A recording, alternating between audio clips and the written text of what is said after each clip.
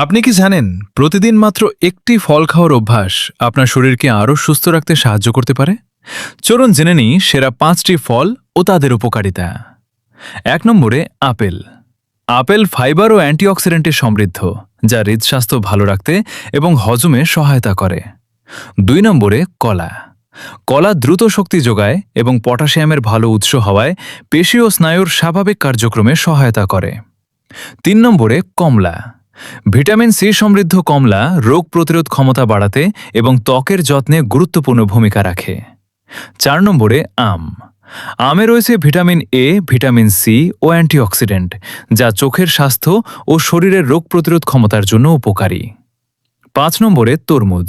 প্রচুর পানি ও পুষ্টিগুণে ভরপুর তরমুজ শরীরকে হাইড্রেট রাখে এবং গরমের সময় বিশেষভাবে উপকারী। আপনি নিয়মিত কোন ফলটি খেতে সবচেয়ে বেশি পছন্দ করেন? কমেন্টে জানাতে ভুলবেন না।